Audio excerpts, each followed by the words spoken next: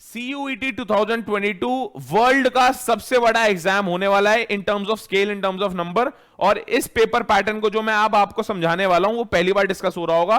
पूरे के पूरे जितने भी इंडियन एजुकेशन सिस्टम है उसके अंदर आपके पास पहली बार ये पेपर पैटर्न कंडक्ट करवाया जा रहा है। CUET will provide a single window opportunity. आपको समझना पड़ेगा ये एक एग्जाम है जिसके अंदर आपके स्कोर्स आएंगे, स्कोर्स के बेसिस पे आपको एडमिशन दिए जाएंगे सेंट्रल यूनिवर्सिटीज के अंदर।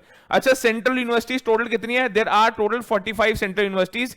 उनके नेम मैं आज शाम को, मैं दोपहर को अभी 12 बजे आ रहा हूं, उसके नेम मैं आपको समझाऊंगा। बहुत सारे स्टूडेंट्स कंफ्यूज हैं, सर ड्रॉपर का क्या होगा, स्ट्रीम चेंज का क्या होगा। एक सेपरेट सेशन ले रहे होंगे, उसमें मैं समझाऊंगा तुम्हें ड्रॉपर्स का क्या सिचुएशन है। यदि आपने ड्रॉप लिया था 2020 पास आउट हो, 2019 पास आउट हो, तो आप कौन कौन सी यूनिवर्सिटीज में एलिजिबल हो। बेसिकली वो एनटीए डिसाइड नहीं करता कि आप एलिजिबल हो या नहीं हो, वो कौन डिसाइड करता है? वो यूनिवर्सिटी डिसाइड करती है।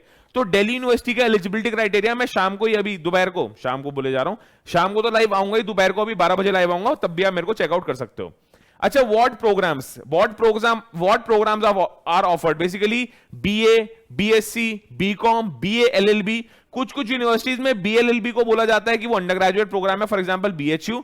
अब जैसे दिल्ली यूनिवर्सिटी का एलएलबी का जो प्रोग्राम है वो पोस्ट ग्रेजुएट का प्रोग्राम है, अंडर ग्रेजुएट का प्रोग्राम नहीं है। तो कहने की बात इतनी सी है, कौन कौन से प्रोग्राम्स ऑफर्ड है इन CUET 2022? यूजी प्रोग्राम्स लिख लो, ओनली यूजी प्रोग्राम्स। अब ये अंडर ग्रेजुएट प्रोग्राम कौन से यूनिवर्सिटी के अंदर आप अप्लाई कर रहे हो उसके ऊपर डिपेंडेंट है। फॉर एग्जांपल अगर आप एलएलबी देना चाह रहे हो तो दिल्ली यूनिवर्सिटी का एलएलबी का प्रोग्राम यूजी नहीं है, पीजी प्रोग्राम है।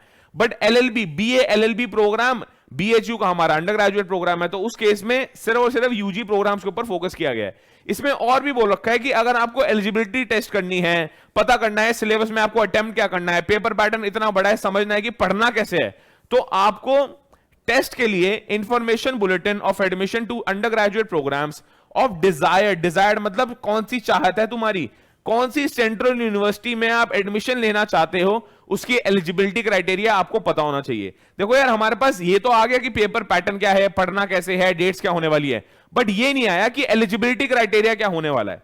यदि कोई स्टूडेंट इकोनॉमिक्स ऑनर्स करना चाहता है दिल्ली यूनिवर्सिटी के अंदर, तो उसको डोमेन के अंदर क्या देना है, जनरल टेस्ट के अंदर क्या देना है, ये अभी क्लैरिटी नहीं है। ये क्लैरिटी कब आएगी? जब दिल्ली यूनिवर्सिटी का इंफॉर्मेशन ब्रोशर 2022 रिलीज होगा। वो सेम बात यहां पे लिख रखी है कि भाई एलिजिबिलिटी के पर्पस से टेस्ट में आपको अटेम्प्ट क्या करना है, you have to refer to undergraduate programs. उनका एक इंफॉर्मेशन बुलेटिन निकलता है, हर एक सेंट्रल यूनिवर्सिटी का अलग निकल रहा होगा। The details of the programs, कौन से यूनिवर्सिटी कौन से प्रोग्राम्स ऑफर करती है, वो उनकी रिस्पेक्टिव वेबसाइट में यहां पे मिलने वाली है। ये सारी की सारी जो मैं इंफॉर्मेशन आपके पास लेके आ रहा हूं, एनटीए की ऑफिशियल ब्रोशर में मैंने अपने टेलीग्राम ग्रुप पे अपलोड कर दिया, प्लीज उसको जाके चेकआउट कर लेना। अब सिलेबस के बारे में आ जाते हैं। मोस्ट इंपॉर्टेंट लिख लो भाई, मोस्ट इंपॉर्टेंट चीज है ये, इसको समझना बहुत ज्यादा इंपॉर्टेंट है। इसी का आंसर, इसी चीज को समझ के तुम्हारा आंसर मिलेगा कि यार स्ट्रीम चेंज कर सकते हैं या नहीं कर सकते, और मैं एलिजिबल हूं किसी कोर्स के लिए या नहीं हूं। फॉर एग्जांपल अभी भी मेरे पास बहुत सारे स्टूडेंट्स आ रहे हैं, सर मेरे पास मैथ्स नहीं थी, क्या मैं दिल्ली यूनिवर्सिटी के अंदर इकोनॉमिक्स ऑनर्स के लिए एलिजिबल हूं? मेरा आंसर है नहीं, आप एलिजिबल नहीं हो। अगर आपके पास मैथ्स नहीं थी तो आप क्या बीकॉम ऑनर्स के लिए एलिजिबल हो? नहीं। दिल्ली यूनिवर्सिटी के अंदर बीकॉम ऑनर्स और इकोनॉमिक्स ऑनर्स के लिए आपके पास मैथ्स होनी कंपलसरी है। मैं पीसीएम का स्टूडेंट हूं, क्या मैं इकोनॉमिक्स ऑनर्स परस्यू कर सकता हूं दिल्ली यूनिवर्सिटी से? उसका आंसर है yes. But economics honours pursue करने के लिए क्या आपको कुछ और डोमेन देना पड़ेगा या क्लास 12 का डोमेन देना पड़ेगा? अबे देना क्या पड़ेगा, हमें तो यही नहीं पता। तो अभी आपको नहीं पता, किसी को भी नहीं पता। ऐसे मत समझो कि यार आप अकेले हो, आपको इंफॉर्मेशन नहीं आ रही, नॉलेज नहीं आ रही, अवेयरनेस नहीं आ रही। हर एक स्टूडेंट, हर एक educator for that matter of fact, जो भी इंफॉर्मेशन आ रही है उसको अपने लेवल पे अच्छे से इंटरप्रेट करके तुम्हें बता रहा है। सारी इंफॉर्मेशन अभी आउट नहीं हुई है, एनटी ने कुछ हमें पेपर पैटर्न, डेट्स के बारे में बताया है। बट यूनिवर्सिटीज जब अपना इंफॉर्मेशन ब्रोशर, एडमिशन ब्रोशर 2022 निकालेगी, जिसके अंदर वो बताएगी कि वो CUET के स्कोर्स कैसे एक्सेप्ट कर रही है, तब हमें पता लगेगा रियलिटी में हमें अटेम्प्ट क्या करना है। हाउएवर इन्होंने जो पेपर पैटर्न है वो 4 सेक्शंस के अंदर प्रिस्क्राइब कर रखा है। सेक्शन 1A के अंदर आपके पास लैंग्वेजेस हैं, जिसके बोलते हैं हम लैंग्वेज टेस्ट, 13 लैंग्वेजेस आपको ऑफर करी हुई हैं। सेक्शन 1B के अंदर 19 लैंग्वेजेस हैं। सेक्शन 3 के अंदर सेक्शन 2 के अंदर आपके पास यहां पे 27 डोमेन स्पेसिफिक सब्जेक्ट्स हैं, और सेक्शन 3 के अंदर आपके पास जनरल टेस्ट है, जिसको हम बोलते हैं जनरल एप्टीट्यूड। इनमें से कोई भी सेक्शन मैंडेटरी नहीं है। बहुत सारे स्टूडेंट्स पूछ रहे थे अभी तक थोड़ी मिसकंफ्यूजन थी, यार सर ये बताओ कि जनरल टेस्ट, जो जनरल एप्टीट्यूड टेस्ट है, वो कंपलसरी है या नहीं है। मैं आपको बताता हूं, ये भी कंपलसरी नहीं है, सेक्शन 2 भी कंपलसरी नहीं है, सेक्शन 1 भी कंपलसरी नहीं है, सेक्शन 1A भी कंपलसरी नहीं है। कुछ भी कंपलसरी नहीं है, कुछ भी मैंडेटरी नहीं है। देखो यहां पे लिख रखा है, ये मेरी लैंग्वेज नहीं है, एनटीए की लैंग्वेज है, उसको मैं इंटरप्रेट करके बता रहा हूं तुम्हें क्या बोल रहे हैं। वो बोल रहे हैं choosing options from each section is not mandatory. जरूरी नहीं है कि आप 4 के 4 दो ही दो, जरूरी नहीं है कि आप डोमेन स्पेसिफिक दो, जरूरी नहीं है कि आप सिर्फ और सिर्फ जनरल टेस्ट दो, जरूरी नहीं है कि आप 1 भी आपको देना ही देना है। वो बोल रहे हैं ये डिपेंड करेगा, choices should match the requirements of desired university. Again इन्होंने यूनिवर्सिटी के ऊपर थोप दिया भाई सब कुछ।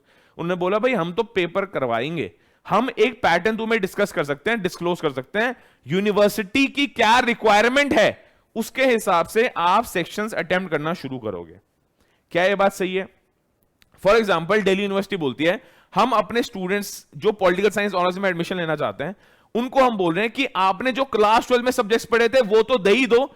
इसका मतलब क्या है? डोमेन स्पेसिफिक आपको देना है। क्लास 12 में जो आपने पढ़ा वही डोमेन में दे दिया। मैं एक एग्जांपल के तौर पे बता रहा हूं, इसको मेरी ऑफिशियल स्टेटमेंट मत मान लेना कि सर ने बोला था पॉलिटिकल साइंस ऑनर्स के लिए ये देना है।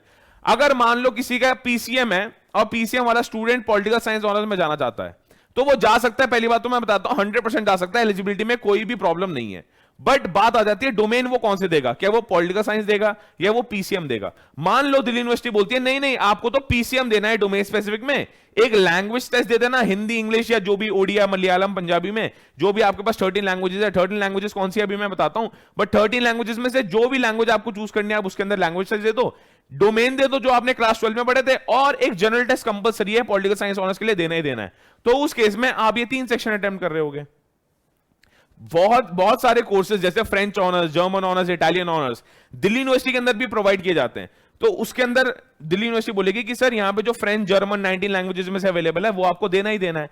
तो ये डिपेंड करेगा कोर्स टू कोर्स की उसकी क्या रिक्वायरमेंट है। इन शॉर्ट मैं ये बताना चाह रहा हूं हर एक यूनिवर्सिटी अपने कोर्स के अगेंस्ट वो क्या पेपर एक्सपेक्ट कर रही है स्टूडेंट से, क्या आपकी डिजायर्ड कोर्स है, क्या आपका डिजायर्ड प्रोग्राम है, डिजायर्ड यूनिवर्सिटी है, उसके ऊपर डिपेंड करेगा कि आप इन 4 सेक्शन में से क्या देने वाले हैं।